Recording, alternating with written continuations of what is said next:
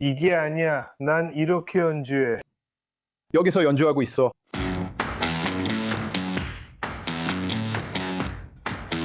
가자지구 국경 근처의 한 공동체에서 괴짜 조각가가 이스라엘을 향해 발사된 미사일을 수집하고 있습니다. 좋아, 바로 이거야. 이건 카삼 로켓의 새로운 버전이야. 이건 거의 그라드 로켓의 실물 크기와 같아. 이것은 하마스가 보유한 가장 큰 로켓 중 하나입니다. 그리고 그것들을 다양한 용도로 사용합니다.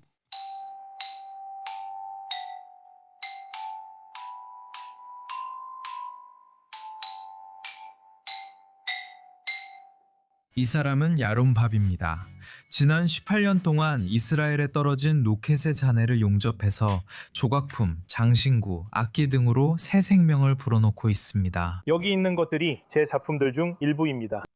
백악관에 있었던 촛대인데 도널드 트럼프와 오바마도 이 촛대를 좋아했습니다. 부지도 제 부모님을 위해 촛대를 만들어 달라고 부탁했어요. 이 작품은 사실 2주 전에 브뤼셀에 있는 유럽 의회에 전시될 예정이었습니다. 하지만 안타깝게도 이란의 로켓 공격이 있어서 비행기를 탈 수 없었습니다. 그래서 저는 여기로 돌아와 연주하게 되었습니다. 야론은 전 세계의 사람들과 정부로부터 주문을 받습니다. 가자지구 국경과 매우 가까이 있기 때문에 대부분의 미사일은 하마스와 가자지군의 다른 테러 단체들로부터 그리고 근처에 떨어지는 로켓들로부터 날아옵니다. 하지만 중동에서 전쟁이 확대되면서 야론의 재료들도 함께 늘어났습니다.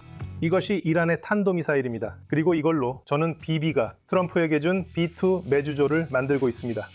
군대에서 저에게 한 번 연락이 와서 미국 전략사령관을 위한 특별한 물건을 만들어 달라고 요청했습니다. 그래서 저는 생각했죠. 전략이라 이걸로 뭘 할 수 있을까? 그래서 제가 한 일은 이 중 일부를 가져다가 레이저 커팅기에 넣고 테스트 세트를 만든 것입니다. 야론의 이야기는 2000년에 그가 가자지구 국경에서 약 3마일 떨어진 작은 마을 야테드로 이사하면서 시작됐습니다. 저는 아이들을 키울 수 있는 넓은 들판과 조용한 곳을 찾고 있었습니다. 신께서는 정말 이상한 인간을 만드셨죠.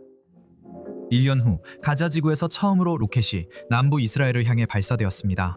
그 이후로 수천 발의 로켓이 남부와 이스라엘 중부를 향해 발사되었습니다. 그 중 하나는 야론에게 경각심을 주었는데 그는 지역 학교에서 컴퓨터 과학을 가르치고 있습니다. 저는 쉬는 시간에 교실에 있었습니다. 아이들이 밖에 있을 때 경보가 울리기 시작했습니다. 그래서 저는 대피소로 달려갈 시간이 없다는 걸 알았습니다. 그래서 그냥 벽 옆으로 달려가서 벽에 붙어 누워 손으로 머리를 감싸고 기도했습니다. 로켓이 제 옆 10m에 떨어졌고 저는 날아오는 소리와 폭발음을 들었습니다. 그래서 그들은 매우 큰 트라우마를 겪고 있습니다. 이후 야론은 외상후 스트레스 장애 PTSD로 고통받았습니다. 저는 앉아 있을 수가 없었습니다. 저는 마실 수도 없었고 안절부절 못했습니다. 제 심장이 미친 듯이 두근거리는 걸 느꼈어요. 손도 떨렸습니다. 저는 속으로 이건 정상 아니다 라고 생각했습니다. 그래서 저는 어떻게 해야 할지 고민하고 있었습니다. 그래, 알겠어. 내가 바쁘게 지내야 내가 겪은 일에 대해 생각할 시간이 없겠구나 라고 생각했습니다. 하지만 여기 왔을 때 실제로 테이블 위에 로켓 중 하나가 놓여 있는 걸 봤어요. 하지만 저는 로켓을 바라봤고 로켓도 저를 보고 있었어요. 그가 마치 저를 비웃는 것 같았어요. 그래서 화가 나서 그걸 비틀고 싶었어요. 부정적인 걸 바꾸고 싶었어요.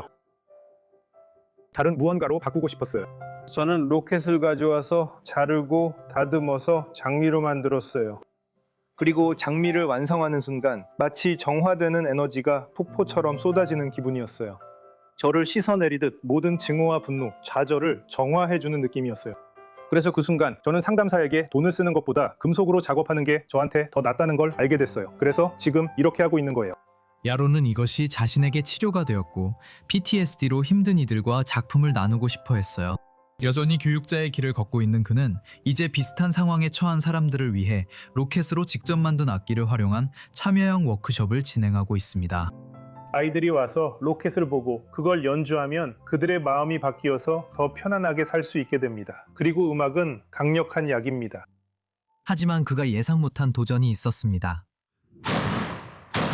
2023년 10월 7일 그 공격은 이스라엘 남부 지역 사회를 황폐화시켰습니다.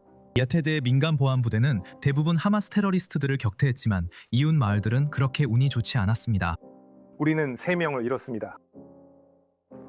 남자들, 우리 지역 무샤브에서 저는 40명 넘는 친구를 잃었습니다. 그 심리적 고통은 야론에게 큰 상처를 남겼습니다. 저는 5개월간 로켓일을 쉬었습니다. 저에게는 그 어둠이 너무나도 압도적이었습니다. 약 15년이 지난 후 그는 자신의 예술에 대한 열정을 잃었습니다. 하지만 특별한 의뢰가 그를 다시 돌아오게 만들었습니다. 저는 유럽에서 전화를 받았습니다. 그들은 저에게 어떤 사람을 위한 조각상을 만들어 달라고 요청했습니다. 저는 죄송하지만 그럴 수 없습니다 라고 말했습니다. 그들이 제발요, 이건 아주 중요한 사람을 위한 겁니다 라고 하자 저는 상관없습니다 라고 했습니다. 하지만 그들이 저에게 아우슈비츠 수용소에서 그것을 전달하고 싶다고 말했습니다. 그래서 저는 알겠습니다, 하겠습니다 라고 했습니다. 저는 여기 와서 로켓 하나에 다시는 이런 일이 없도록이라는 명판을 달아두었고 그들은 이 로켓을 일론 머스크에게 전달했습니다. 이걸 만든 후에야 이것이 제 소명이라는 걸 다시 깨달았습니다. 그리고 그는 결코 뒤돌아보지 않았습니다. 이스라엘의 지정학적 상황 특성상 안타깝게도 그에게는 작업할 재료가 부족하지 않을 것입니다. 하지만 로켓맨 야론은 자신의 금속 작업에 새로운 목적을 발견했습니다. 저는 우리가 평화와 조화롭게 살기를 원하고 전쟁을 원하지 않는다는 상징이 되어야 한다고 생각합니다. 그리고 그들이 우리에게 무엇을 던지든 우리는 그것을 어둠에서 빛으로 바꿉니다.